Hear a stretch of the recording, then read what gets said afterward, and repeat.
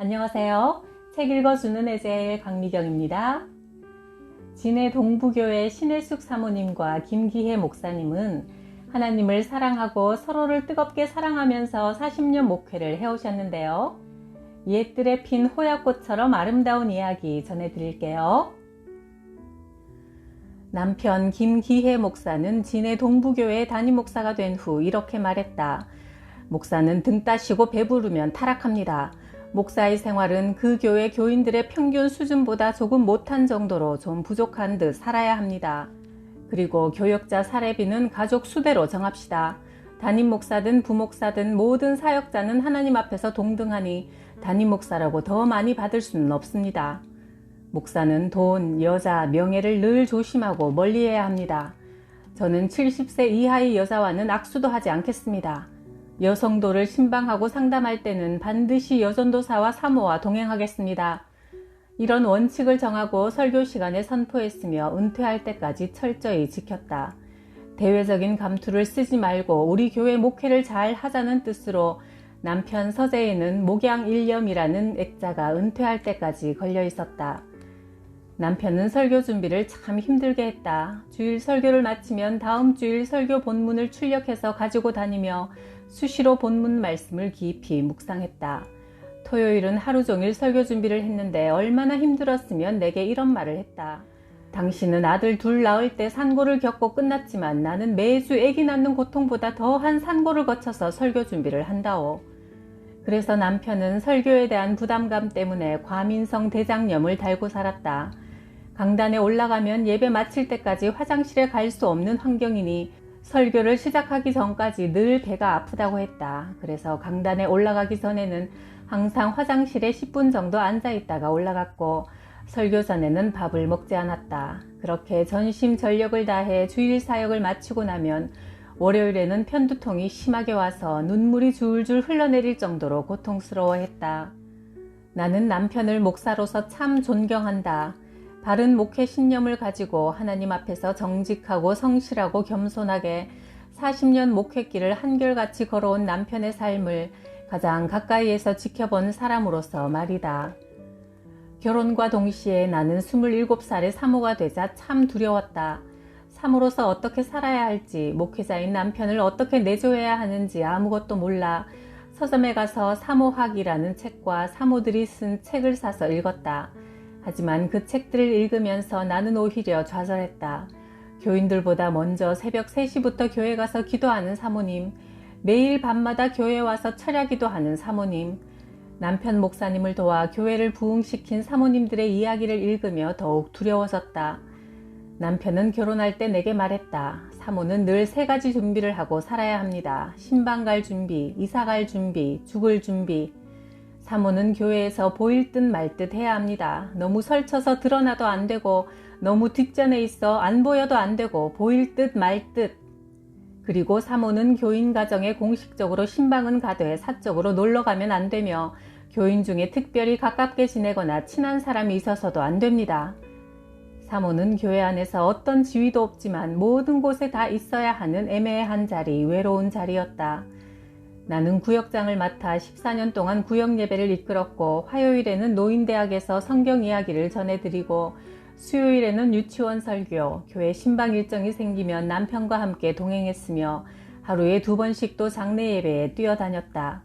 토요일에는 결혼식이 많아 일주일 내내 쉬는 날이 없을 때가 많았다. 힘들었지만 주님께서 맡기신 일이라 생각하고 앞만 보고 열심히 달려왔다.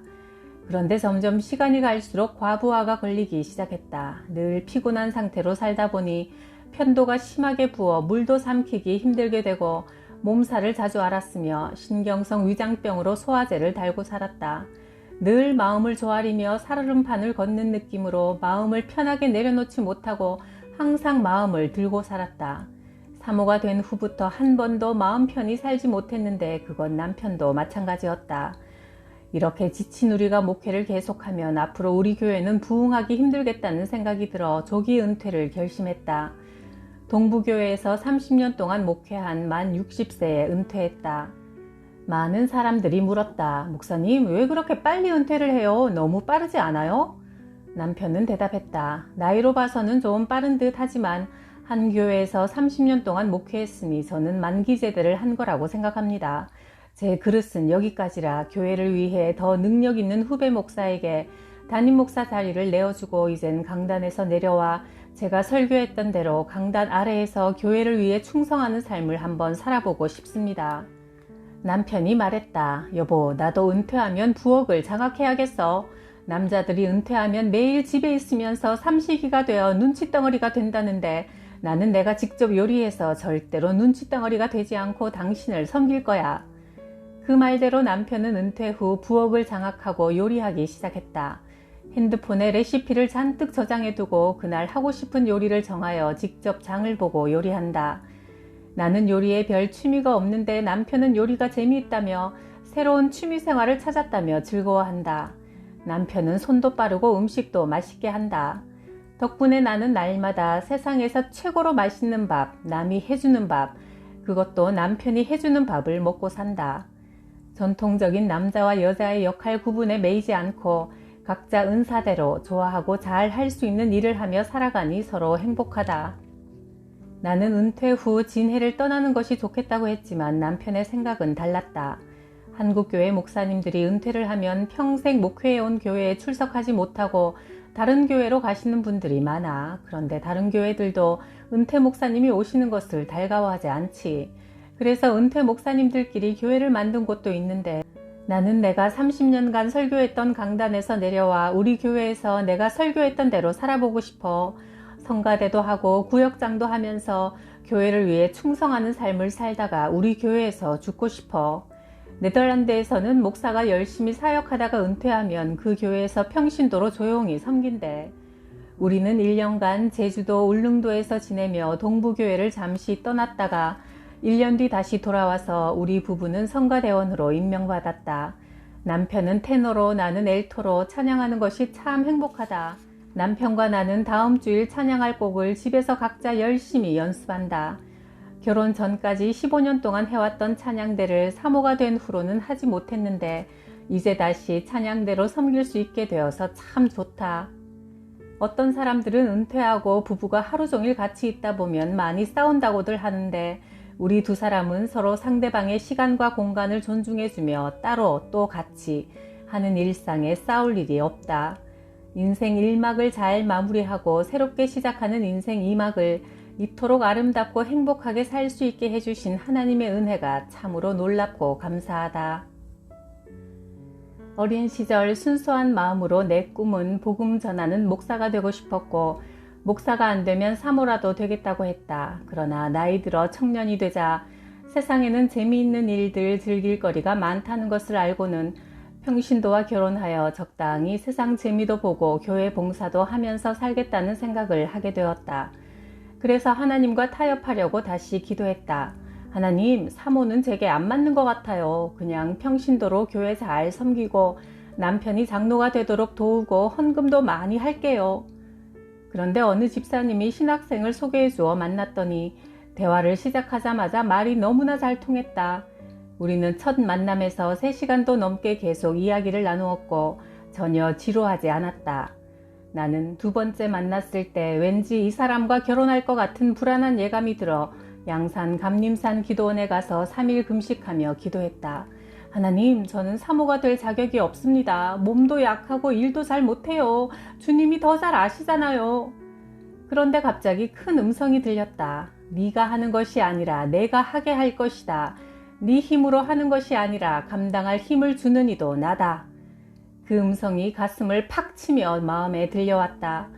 그 소리를 듣자 나는 충격을 받고 바닥에 엎어졌다. 눈물 콧물 쏟으며 그동안의 죄를 회개하는 기도가 몇 시간 동안 쏟아져 나왔다. 주님이 가라시면 가겠습니다. 주님이 하라시면 하겠습니다. 기도를 마치고 산에서 내려가는 길은 완전히 다른 새로운 세상으로 바뀌어 있었다. 온몸에 새 힘이 솟아오르고 발걸음이 그렇게 가벼울 수 없고 화단의 꽃들과 나비도 그렇게 이쁠 수가 없었다. 큰아들이 초등학교 2학년이었을 때 국민일보에서 기독교 대학인 한동대학의 설립에 관한 기사를 보았다. 세상을 변화시키자, 공부해서 남주자라는 학교의 설립 이념과 정신이 너무나 좋아 나는 그 기사를 읽고 하나님께 기도했다. 우리 두 아들 장호와 지호가 한동대학에 꼭 들어가서 하나님의 일꾼이 되게 해주세요. 12년 세월이 지난 후 우리 아이들이 입학할 당시 한동대학은 성적이 아주 높아야 들어갈 수 있는 기독교 명문대학이 되어 있었다. 입학 서류를 접수한 후 면접 시험을 치르고 합격자 발표가 날 때까지 나는 하루에 2번씩 새벽과 밤에 집중적으로 기도했다. 하나님은 내 12년간의 간절한 기도에 응답하셔서 두 아들 모두 합격하게 되었다. 합격 소식을 들었을 때 눈물을 흘리며 감사드렸다. 서울대학, 하버드대학에 합격한 것보다 하나님의 대학에서 공부할 수 있게 된 것이 너무나 감사했다. 나는 대학생이 된 아들들에게 너희는 이 세대를 본받지 말고 오직 하나님의 선하시고 기뻐하시고 온전하신 뜻이 무엇인지 분별하라는 로마서 12장 2절 말씀을 늘 기억하고 세상 문화에 물들지 않도록 당부했다. 두 아들은 좋은 교수님들, 앞서가는 선배들, 멋진 친구들과 함께했던 대학 생활이 참 좋았다고 말한다. 큰아들은 대학에서 컴퓨터공학을 전공하고 하나님 은혜로 네이버에 입사했다. 하나님과 사람 앞에서 신실했던 요셉으로 인해 보디발의 가정이 번창하고 이집트 나라가 복을 받은 것처럼 우리 아들을 통해 네이버 회사가 복을 받고 번창하기를 기도하고 있다. 둘째 아들은 대학 졸업을 앞두고 취업하기 전에 자신의 20대 인생에서 1년이라는 시간을 하나님께 드리고 싶다며 온두라스에서 선교사님이 운영하는 국제학교 영어교사로 1년 6개월간 봉사했다. 그 후 150대 1의 경쟁률을 뚫고 의류 무역회사인 세아상력에 입사했고 3년간 과테말라에서 해외 근무를 했다. 지금은 대학원에서 통번역 공부를 하고 있다. 앞으로 실력 있는 통역사, 번역사가 되어 온 세상에 복음을 전하는 자로 쓰임받기를 기도한다. 아들들이 무슨 일을 하고 어떤 삶을 살든 하나님께 영광 돌리는 자가 되기를 바랄 뿐이다. 우리도 하나님을 사랑하고 가까이 있는 사람들을 사랑하면서 천국의 행복을 맛봅시다. 구독, 좋아요, 댓글로 저에게 천국 같은 행복을 선물해 주셔서 감사해요.